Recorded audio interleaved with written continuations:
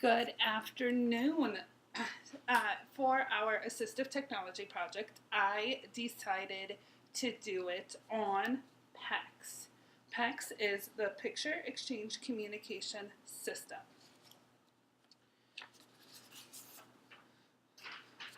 PECS allows people with limited to no communication the ability to communicate through pictures. It is also used to communicate feelings or things that need to be done. So, for example, if a student needs to use the restroom, grab a drink of water, or simply needs a break from the task that they are doing, they are able to use the system PECS to communicate those needs and desires and wants.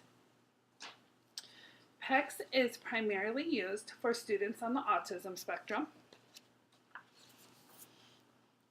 It is used both at school and at home. So both teachers and parents use PECS and use the PECS book for their student or for their students or child to communicate back and forth with them.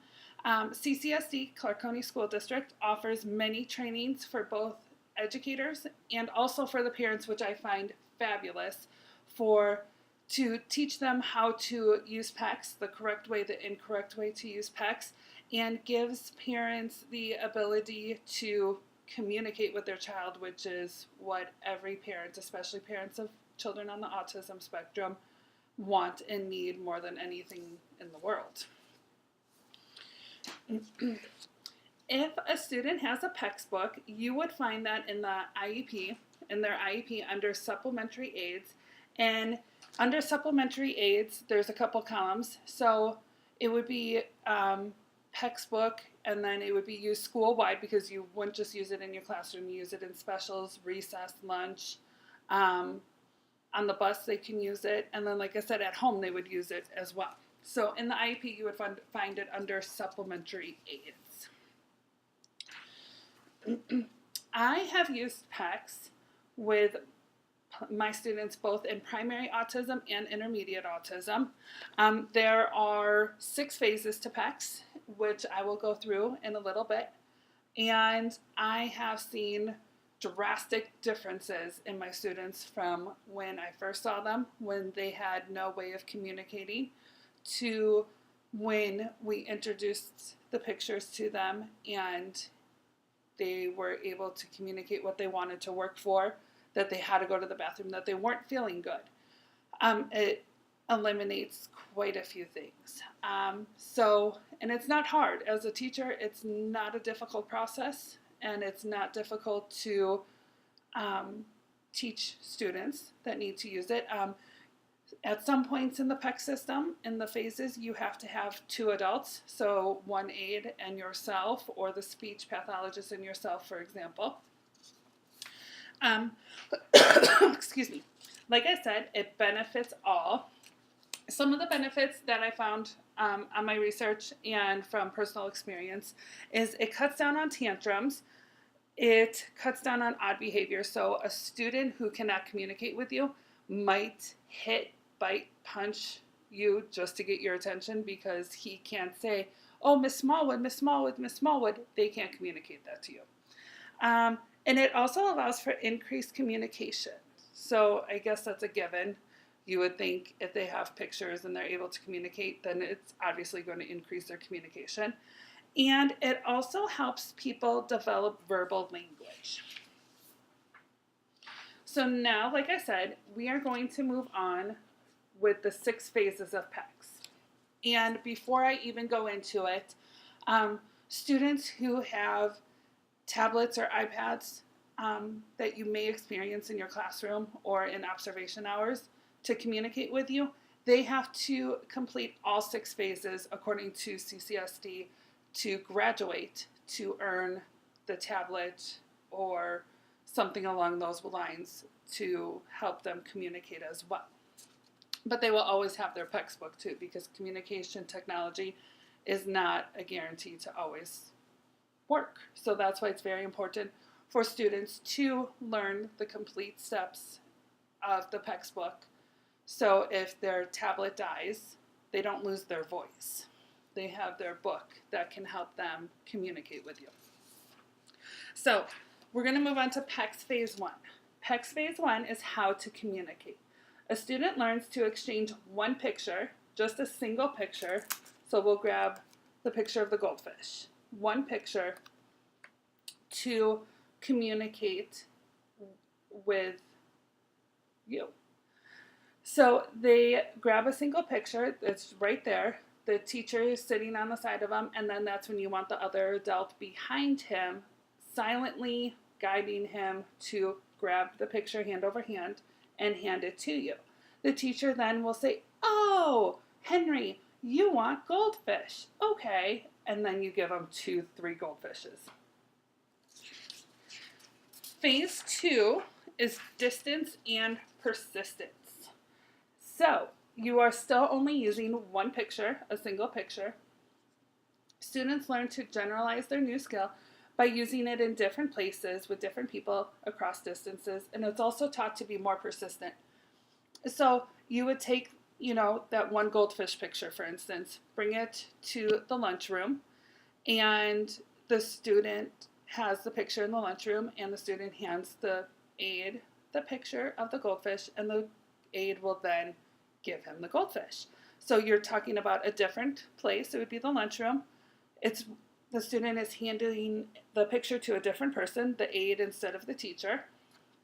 And you want to keep up that persistence. You want them to know, hey, this is how I can talk. This works. This is cool. Your third step of PECS is picture discrimination. So this is when you bring in more than one picture. So you have the student learn to select from 2 or more pictures, and the pictures are placed in a PECS book. And a PECS book looks like this, and I will go over it more later. PECS Phase 4 is sentence structure. So as soon as the student learns, hey, this book right here lets me talk, you want to have a simple sentence strip on a detachable thing that goes in the PECS book as well.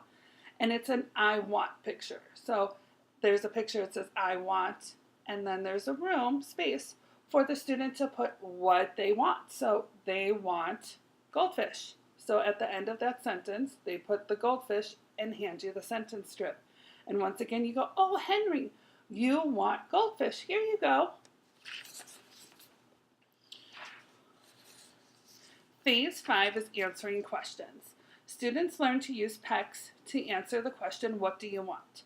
So let's say a student is completing their work. They earned all of their tokens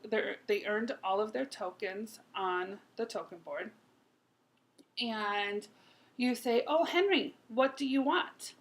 Henry is going to know to go into his communications book, flip through it, and see what they want. Maybe he doesn't want that goldfish cracker right now. Maybe he wants a fruit snack. So he knows to go in his PECS book that has all of these pictures in it and hand you what it is that he wants. The final phase of PECS, Phase 6, is commenting. The student is taught to comment in response to questions such as, what do you see? What do you hear? What is that? They start to make sentences. I see Miss Smallwood. I see another student. I see Bobby. Or I hear a violin. So the student, the last phase, is learning how to comment on a question that you, as a teacher, may ask them. Now you may ask, okay, where do I get all these pictures from? How do I, this looks like a tedious thing to fill up this whole book with pictures. And it is, not going to lie, it is. You can get general pictures online. There's plenty of softwares out there, and somebody in the special education system or even the assistive technology people with CCSD can hook you up with those pictures, no problem. One thing that I did find that I really, really loved, and I found it from a coworker that teaches autism as well, is called LabelPix. So LabelPix is an app. You can have it on your iPhone or an Android. And all it is an app where you can take your phone and take a picture using your phone. So let's say Jimmy really, really, really likes this squishy thing.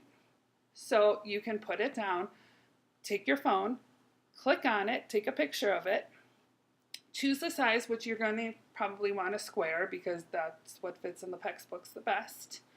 And you are also allowed to label the picture. So like you can see here, it's labeled, maybe not. You can see that it's labeled markers, or the bottom one, lacing beads. You then choose the pictures and you send it to your email or whatever you want to use.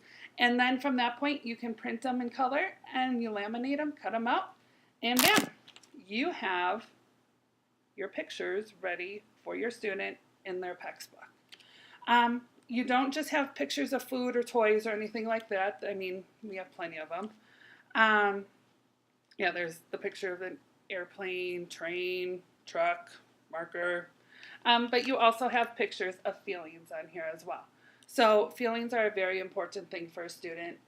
They need to learn how to express their feelings. So if they're not feeling good, if they're sick, they can detach the card from their PECS book, hand it to the teacher or parent or aide, whoever they're handing it to, and that person knows that they're sick and they're not feeling that well.